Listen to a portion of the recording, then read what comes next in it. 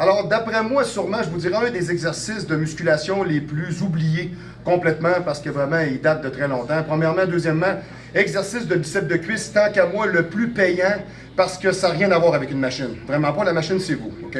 Le lying, le curl au dumbbell.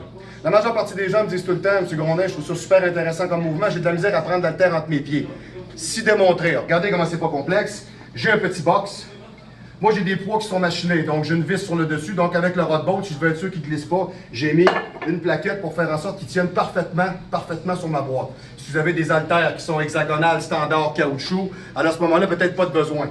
Tenez-le directement comme ça va être beaucoup plus facile. S'allonger sur le banc, les genoux à l'extérieur. OK. Allez chercher avec les jambes l'haltère. C'est la partie la plus critique. Pointez vos orteils comme il faut, glissez-les en dessous, levez l'haltère. OK. On va le réajuster avec les pieds. Parfait. Les genoux à l'extérieur, je peux avoir mes mains au sol, je peux avoir mes mains sur le banc, je peux avoir mes mains directement sur l'appareil. Moi, j'aime bien sur l'appareil comme ça. Je trouve que la prise est meilleure.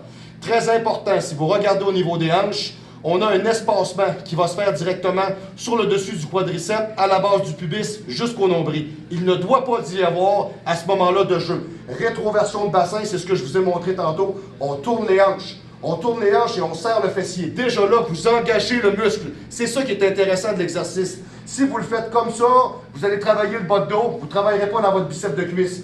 Vous tournez les hanches comme il faut. Déjà là, le biceps de cuisse s'est refermé. Alors là, il est en tension, il est prêt à travailler. Quand je descends en arrière, regardez comment je pointe mes orteils.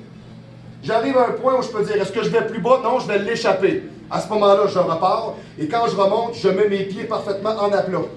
Vous allez me demander, coach, pourquoi tu ne te rends pas plus loin?